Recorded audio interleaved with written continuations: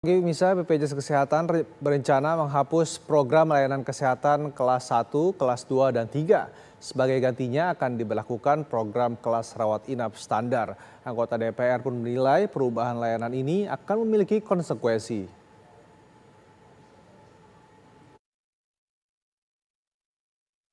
Program kelas rawat inap BPJS Kesehatan rencananya diberlakukan mulai Juli 2022. Namun proses standarisasi ini masih dalam perumusan konsep. Soal besaran iuran, pihak BPJS Kesehatan memberi isyarat tidak ada kenaikan iuran sampai dengan tahun 2024.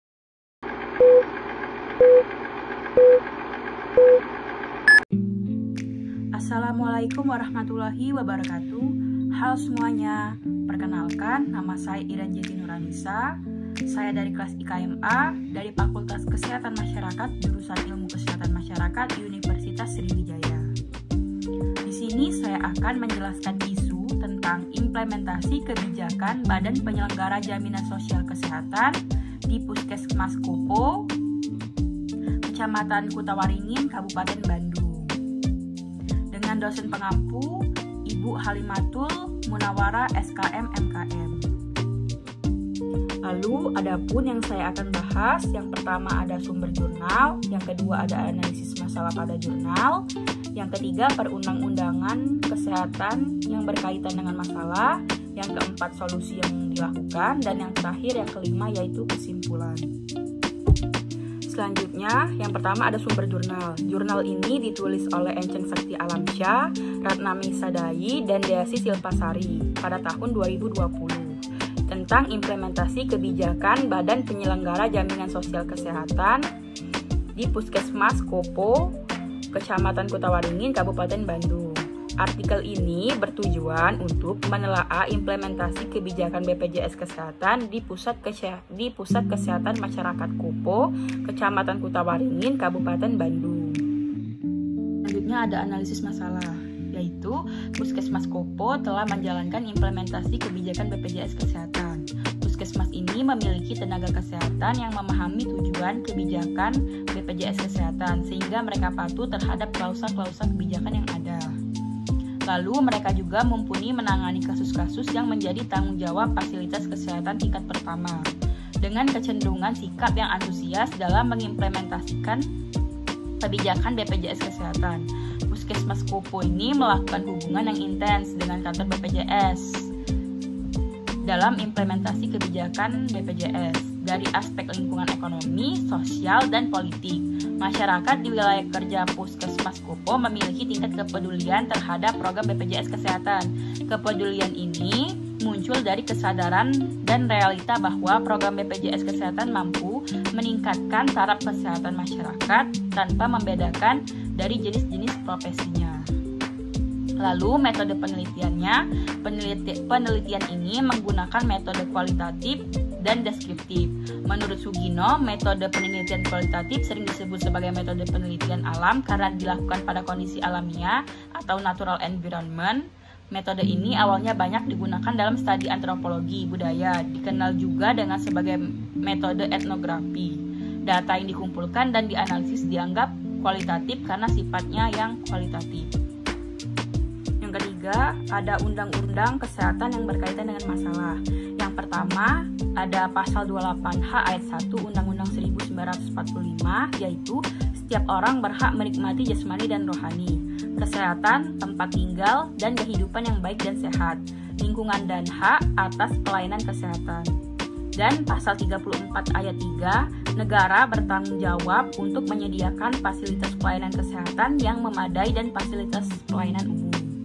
Lalu, yang kedua, Undang-Undang 40 tahun 2004 tentang Sistem Jaminan Sosial Nasional adalah transformasi dari badan penyelenggara jaminan sosial yang sekarang telah berjalan dan dimungkinkan untuk membentuk badan penyelenggara baru sesuai dengan dinamika perkembangan jaminan sosial. Yang ketiga, Perpres nomor 4 2020 tentang jaminan kesehatan yang membahas aturan mengenai iuran bagi peserta program BPJS Kesehatan. Yang keempat, Peraturan BPJS Kesehatan nomor 3 tahun 2020 tentang cara penagihan, pembayaran dan pencatatan iuran jaminan kesehatan, dan pembayaran denda akibat keterlambatan pembayaran iuran jaminan kesehatan.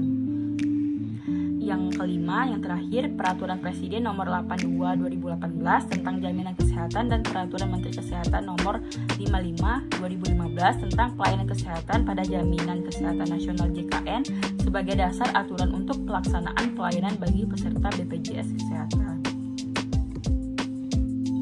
Adapun solusi yang dilakukan yaitu berharap agar BPJS Kesehatan terus menjadi program yang diprioritaskan oleh pemerintah dalam memenuhi hak masyarakat atas hidup sehat, sehingga keberadaan masyarakat yang kurang mampu dapat mendapat pelayanan kesehatan yang dibutuhkan sebagai peserta BPJS Kesehatan dengan status penerima bantuan iuran dapat juga merasakan dampak dengan adanya program BPJS Kesehatan ini dalam meningkatkan kesehatan masyarakatnya.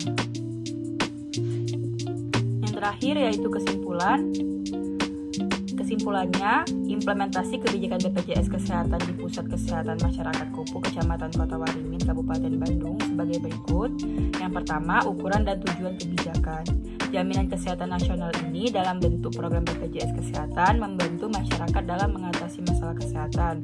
Tetapi pada pelaksanaannya tidak seluruh masyarakat puas karena kurangnya pemahaman dari masyarakat atau karena kesalahan yang dilakukan oleh pelaksana kebijakan. Yang kedua yaitu sumber daya. Kemampuan tenaga kesehatan di Puskesmas Kopo sudah cukup sesuai dengan kompetensi yang dipersyaratkan BPJS sehingga mampu menangani kasus-kasus yang menjadi tanggung jawab Puskes tingkat 1. Yang ketiga, karakteristik agen pelaksana. Karakter para pelaksana yang patuh terhadap kebijakan dapat mempermudah terjadinya kesamaan pemahaman dan bisa saling merespons sehingga terjadi kekompakan untuk mencapai tujuan dari implementasi kebijakan secara efektif. Tetapi kenyataannya untuk terjadinya sinergitas dalam implementasi kebijakan memang bukan hal yang mudah karena banyak unsur yang terlibat dan diperlukan kontrol yang tepat dari pimpinan. Yang keempat, sikap atau kecenderungan disposition para pelaksana. Sikap tenaga kesehatan ini di Puskesmas Kopo pada BPJS Kesehatan sudah memberikan dukungan dalam melaksana program secara lebih baik dalam melayani dan memenuhi kesehatan masyarakat sebagai peserta BPJS Kesehatan. Yang kelima, komunikasi antar organisasi. Sosialisasi yang dilakukan oleh kantor BPJS dapat dikatakan cukup baik, yaitu adanya sosialisasi melalui website dalam menerangkan dan menjelaskan program, mekanisme, serta prosedur BPJS Kesehatan, dan informasinya juga terus diperbaharui. Namun tidak semua kalangan masyarakat mampu mengakses informasi melalui internet karena tingkat pendidikan dan tingkat pemahaman akan teknologinya tidak sama atau berbeda. Yang keenam yaitu lingkungan eksospol.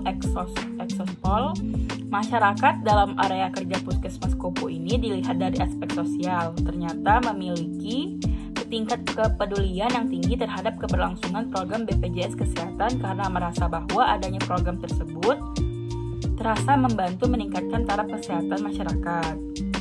Dengan adanya program BPJS ini, profesi masyarakat di wilayah kerja Puskesmas Kopo, Kecamatan Kota Waringin sebagai petani, buruh, pengusaha, dan kalangan pegawai pemerintah dan swasta mampu dapat merasakan manfaat yang sama dalam layanan kesehatan, implementasi kebijakan BPJS Kesehatan di Puskesmas ini.